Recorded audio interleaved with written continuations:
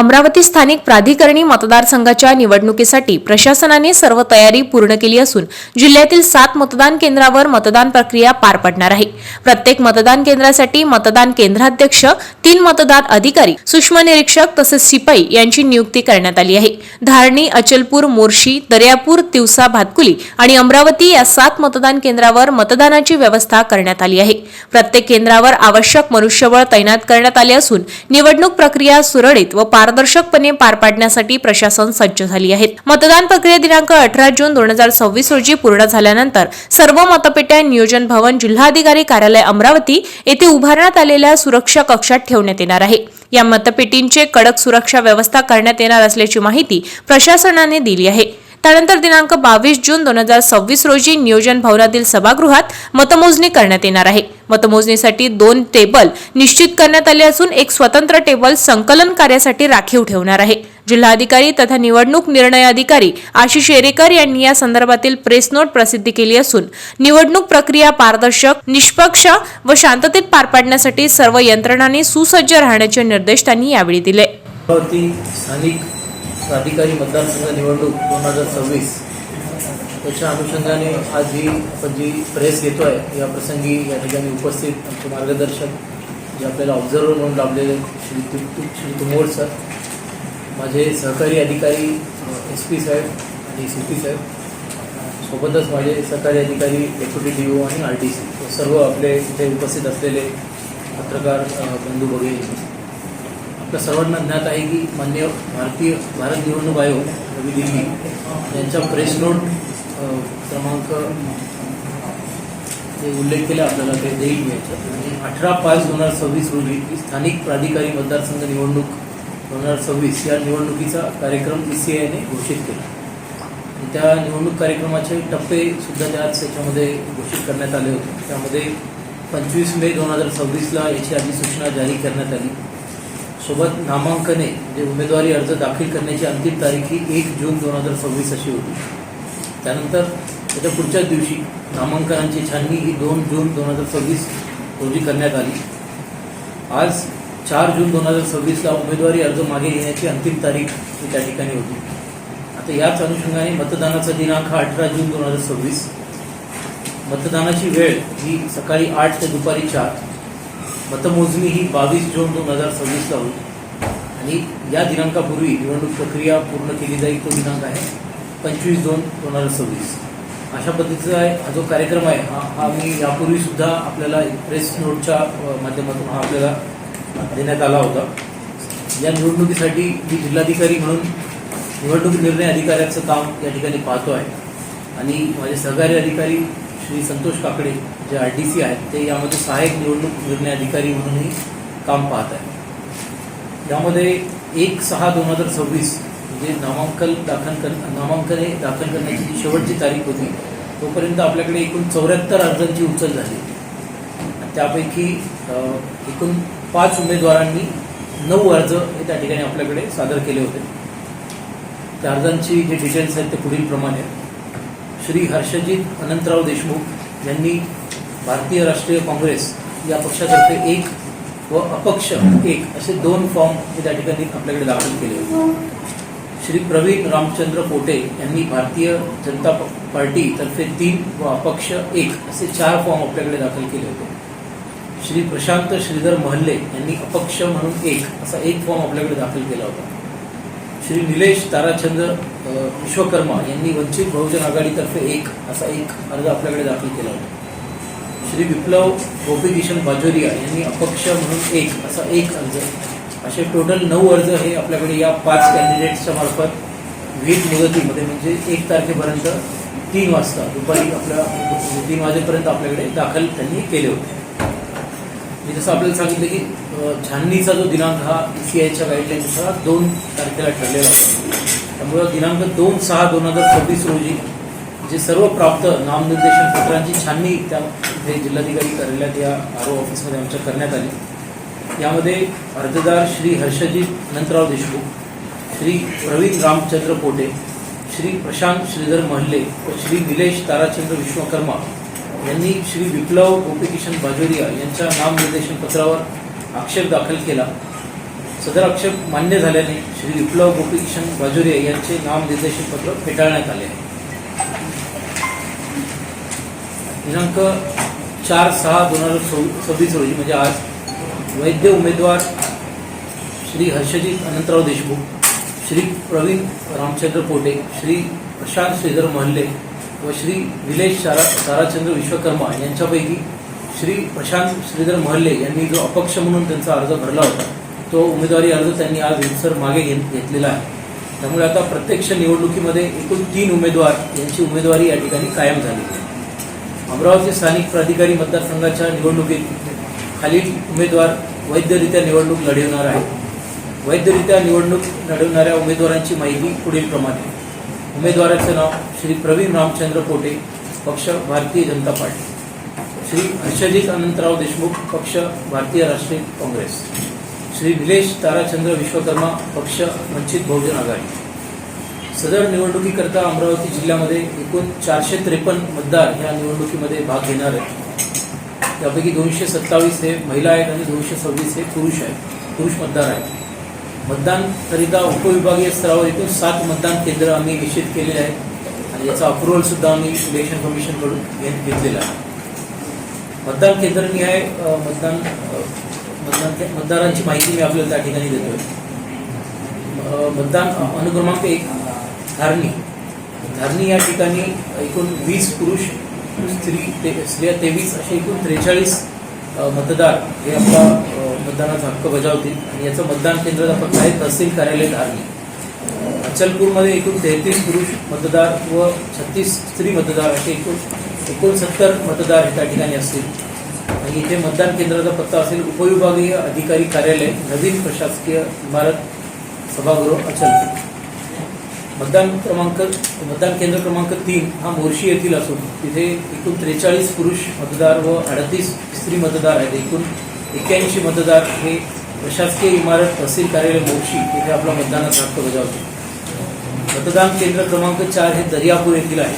इथे एकूण 31 पुरुष व 30 स्त्रिया असे एकूण 61 मतदार आपले त्या ठिकाणी मतदानाचा हक्क हा तहसील कार्यालय अमरावती रोड दर्यापूर येथे त्या ठिकाणी बजावतील. सोबत 5वं जे मतदान केंद्र आहे ते आहे दिवसा भातकुलीचं, जिथे एकूण 18 पुरुष मतदार व 20 स्त्री मतदार असे एकूण 38 मतदार आहेत जे उपविभागीय अधिकारी यांचे कार्यालय दिवसा भातकुली कार्यालय, कॅम्प रोड, अमरावती येथे ते मतदानाचा हक्क बजावतील. 6वं जे मतदान केंद्र आहे ते आपलं अमरावतीचं आहे. त्यामध्ये एकूण 48 मतदार, एकूण 48 पुरुष मतदार व 47 स्त्री मतदार असे एकूण 95 मतदार. 7/12 संगणकीकरण कक्ष, अमरावती तहसील कार्यालय, नवीन तालुका प्रशासकीय इमारत, मोर्शी रोड, अमरावती या केंद्रामध्ये आपला मतदानाचा हक्क बजावतील. 7वं आपलं मतदान केंद्र आहे ते आहे चांदूर रेल्वे या विभागामध्ये, जिथे 33 पुरुष व 33 स्त्रिया असे एकूण 66 उमेदवार या ठिकाणी आपला मतदानाचा हक्क तहसील कार्यालय चांदूर बाजार येथे बजावतील. सर्व 7 एकूण आपल्या मतदान केंद्रावर 226 पुरुष व 227 स्त्रिया असे एकूण 453 हे त्या ठिकाणी आपले मतदानाचा हक्क हे बजावणार. देश जनहित पार्टीचे जिल्हा जोडणी प्रमुख तथा नांदगाव खंडेश्वर तालुका अध्यक्ष विकी दयाराम मुंडे यांनी फुल आमला व लोणी टाकळी आरोग्य केंद्रातील गंभीर आरोग्य समस्यांकडे जिल्हा शल्य चिकित्सक व जिल्हा आरोग्य अधिकारी अमरावती यांना जनहित निवेदन सादर केले आहेत. निवेदनानुसार फुल आमला आरोग्य केंद्रात नियमित वैद्यकीय अधिकारी उपलब्ध नसल्यामुळे दुपारी 12 नंतर नवीन रुग्णांची नोंदणी व तपासणी बंद केली जाते. ही परिस्थिती मागील सुमारे 1 वर्षांपासून सुरू असल्याचे स्थानिक नागरिकांचे सांगणे आहे. तसेच फुल आमला येथील अनेक रुग्णांना उपचारासाठी लोणी टाकळी आरोग्य केंद्रात पाठविण्यात येते. मात्र लोणी टाकळी आरोग्य केंद्रातही दुपारी 1 वाजल्यापासून रुग्णसेवा बंद होत असल्याच्या तक्रारी नागरिकांकडून प्राप्त होत आहे. त्यामुळे रुग्णांना मोठ्या प्रमाणात गैरसोय सहन करावी लागत असून गरीब शेतकरी, महिला, ज्येष्ठ नागरिक व विद्यार्थ्यांचे हाल होत आहे. देश जनहित पार्टीचे पदाधिकारी विकी दयाराम मुंडे यांनी सांगितले की ग्रामीण भागातील नागरिकांना वेळेवर आरोग्य सेवा मिळणे हा त्यांचा मूलभूत अधिकार आहे. मात्र 2 आरोग्य केंद्रांमधील अपुऱ्या सुविधा व डॉक्टरांच्या रिक्त पदांमुळे नागरिकांना उपचारासाठी भटकंती करावी लागत आहे। ही बाब अत्यंत गंभीर असून प्रशासनाने तात्काळ लक्ष देणे आवश्यक आहे। देश जनहित पार्टीचे फूल आमला येथे कायमस्वरूपी डॉक्टर नियुक्त करणे, दोन्ही आरोग्य केंद्राच्या कामकाजाची चौकशी करणे, सकाळपासून संध्याकाळपर्यंत नियमित आरोग्य सेवा सुरू ठेवणे, आवश्यक औषधी व कर्मचारी उपलब्ध करणे तसेच वाढत्या रुग्णसंख्येनुसार अतिरिक्त मनुष्यबळ देणे अशा मागण्या प्रशासनाकडे केल्या आहेत। ग्रामीण नागरिकांच्या आरोग्याशी संबंधित या गंभीर विषयावर तातडीने कार्यवाही न झाल्यास देश जनहित पार्टी जनसेवेसोबत लोकशाही मार्गाने आंदोलन छेडण्याचा इशाराही यावेळी देण्यात आलाय। मुख्यमंत्री युवा कार्यशिक्षण योजनेअंतर्गत 11 महिन्यांचे प्रशिक्षण पूर्ण केलेल्या अमरावती जिल्ह्यातील प्रशिक्षणार्थी रोजगारांच्या मागणीसाठी विभागीय आयुक्तांकडे निवेदन सादर करण्यात आले। जिल्ह्यातील शासकीय, निमशासकीय व खासगी आस्थापनांमधील रिक्त पदांवर कंत्राटी स्वरूपात रोजगार उपलब्ध करून देण्याची मागणी या निवेदनाद्वारे करण्यात आली आहे। प्रशिक्षणार्थींनी आपल्या निवेदनातून नमूद केले की प्रशिक्षण कालावधीत त्यांनी संबंधित आस्थापनांमध्ये प्रामाणिकपणे व जबाबदारीने काम करत प्रत्यक्ष अनुभव मिळवला आहे।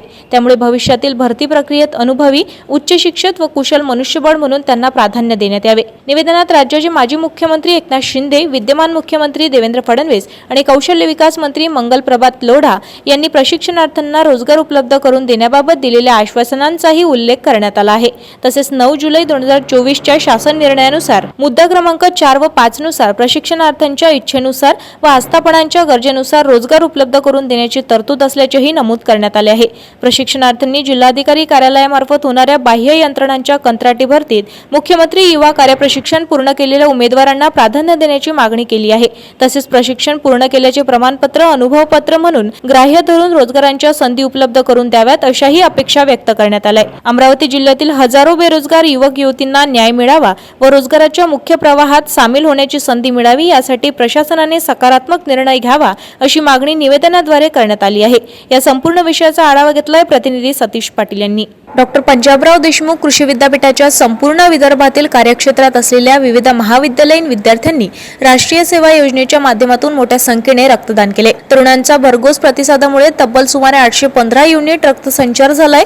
विद्यापीठांतर्गत राष्ट्रीय सेवा योजनेच्या 37 महाविद्यालयांमध्ये 7 दिवसांचे विशेष शिबिर आयोजित करणे अनिवार्य असून या शिबिरात दरम्यान रक्तदानाचा उपक्रम राबवण्यात आलाय। या उपक्रमात विविध महाविद्यालय सक्रिय सहभागी झाले होते। कृषी महाविद्यालय अकोला ग्राम सीसामासा येथे विशेष शिबिरात 31 बाटल्या, कृषी महाविद्यालय नागपूर ग्राम वळणी येथे रक्तदान शिबिरामध्ये 30 बाटल्या, श्री शिवाजी कृषी महाविद्यालय अमरावती ग्राम सेलुगुंड तालुका नांदगाव खंडेश्वर यांनी विशेष शिबिरामध्ये 38 बाटल्या रक्तदान, आनंद निकेतन कृषी महाविद्यालय वारोरा ग्राम दिंडोरा येथे विशेष शिबिरामध्ये 40 बाटल्या रक्तदान केले। श्री शिवाजी उद्यान विज्ञान महाविद्यालय अमरावती यांनी ग्राम देवरा शहीद येथे विशेष शिबिरामध्ये 5 बाटल्या रक्तदान केले। स्वतंत्र वीर गणपतराव इंगळे कृषी महाविद्यालय जळगाव जामोद सातपुडा गणेशोत्सव मंडळ येथे 25 बाटल्या रक्तदान केले। सीमा विद्यालय दारवा जिल्हा यवतमाळ ग्राम बुलई येथे विशेष शिबिरामध्ये 34 बाटल्या रक्तदान केले। मारुतराव वाडापाटी कृषी महाविद्यालय यवतमाळ यांनी विशेष शिबिरामध्ये 64 बाटल्या रक्तदान केले। श्री शिवाजी जैवतंत्रज्ञान महाविद्यालय अमरावती ग्राम अंजनगाव बारी यांनी विशेष शिबिरामध्ये 9 बाटल्या रक्तदान केले। बजाज कृषी महाविद्यालय पिंपरी वर्धा ग्राम मदनी दिंदोडा येथे 25 बाटल्या रक्तदान केले। सौ वसुधाताई देशमुख अन्न व तंत्रज्ञान महाविद्यालय अमरावती यांनी ग्राम दाभा येथे विशेष शिबिरामध्ये 20 बाटल्या रक्तदान केले। स्वतंत्र वीर गणपतराव इंगळे अभियांत्रिकी व तांत्रिकी महाविद्यालय जळगाव जामोद यांनी सातपुडा गणेशोत्सव मंडळ येथे 25 बाटल्या रक्तदान केले। डॉक्टर राजेंद्र गोळे कृषी महाविद्यालय बुलढाणा यांनी राजेंद्र गोळे यांच्या 90व्या जयंतीनिमित्त कृषी महाविद्यालय येथे 47 बाटल्या रक्तदान केले। संत शंकर महाराज कृषी महाविद्यालय पिंपळखुटा यांनी ग्राम मंगरूळ दस्तगीर येथे विशेष शिबिरामध्ये 36 बाटल्या रक्तदान केले। समर्थ कृषी महाविद्यालय देऊळगाव राजा यांनी ग्राम सावरखेड भाई येथे विशेष शिबिरामध्ये 18 बाटल्या रक्तदान केले। स्वतंत्र वीर गणपतराव इंगळे उद्यान विज्ञान महाविद्यालय जळगाव जामोद यांनी सातपुडा गणेशोत्सव मंडळ येथे 25 बाटल्या रक्तदान केले। कृषी महाविद्यालय उमरखेडा ग्राम पोफडी येथे विशेष शिबिरामध्ये 54 बाटल्या रक्तदान केले। वसुधाताई देशमुख कृषी महाविद्यालय बोडणा यांनी ग्राम बेलोरा हिरापूर येथे 19 बाटल्या रक्तदान केले। कृषी महाविद्यालय सिसोड यांनी ग्राम भोकरखेड येथे विशेष शिबिरामध्ये 30 बाटल्या रक्तदान केले। मनोहरबाई पटेल कृषी महाविद्यालय हिराटोला यांनी ग्राम चंदीटोला येथे विशेष शिबिरामध्ये 26 बाटल्या रक्तदान केले। सेवकभाऊ वागडे पाटील कृषी महाविद्यालय केशरवाडवा यांनी ग्राम पिंपळगाव माडवी येथे विशेष शिबिरामध्ये 40 बाटल्या रक्तदान केले। स्वर्गीय वसंतराव नाईक जैवतंत्रज्ञान महाविद्यालय यवतमाळ यांनी यांनी ग्राम भोयर येथे विशेष शिबिरामध्ये 21 बाटल्या रक्तदान केले. राजश्री शाहू महाराज कृषी व्यवसाय व्यवस्थापन महाविद्यालय सडत अर्जुनी यांनी ग्राम पांढरी येथे विशेष शिबिरामध्ये 24 बाटल्या रक्तदान केले. कृषी महाविद्यालय कोंगारा यांनी ग्राम बोरगाव कडू येथे विशेष शिबिरामध्ये 30 बाटल्या रक्तदान केले. PR पोटे कृषी महाविद्यालय अमरावती यांनी ग्राम टाकळी येथे विशेष शिबिरामध्ये 53 बाटल्या रक्तदान केले. जीवनराव झाळे कृषी महाविद्यालय चामोर्शी यांनी ग्राम सोनापूर येथे विशेष शिबिरामध्ये 20 बाटल्या रक्तदान केले. सदर विशेष शिबिरामध्ये विद्यार्थी कल्याण अधिकारी डॉक्टर संदीप हाडोळे तसेच राज्य संपर्क अधिकारी डॉक्टर मिलिंद काळे यांचे विशेष मार्गदर्शन लाभले. ताज्या घडामोडी आणि आपल्या शहरातील बातम्या बघण्यासाठी नंबर 1 न्यूज चॅनलला सबस्क्राईब करा, शेअर करा, आपल्या प्रतिक्रिया कॉमेंट बॉक्स मध्ये द्या. आपल्या बातम्या नंबर 1 न्यूज चॅनलवर बघण्यासाठी 99 21 58 96 63 या व्हॉट्सअपवर मेसेज करा.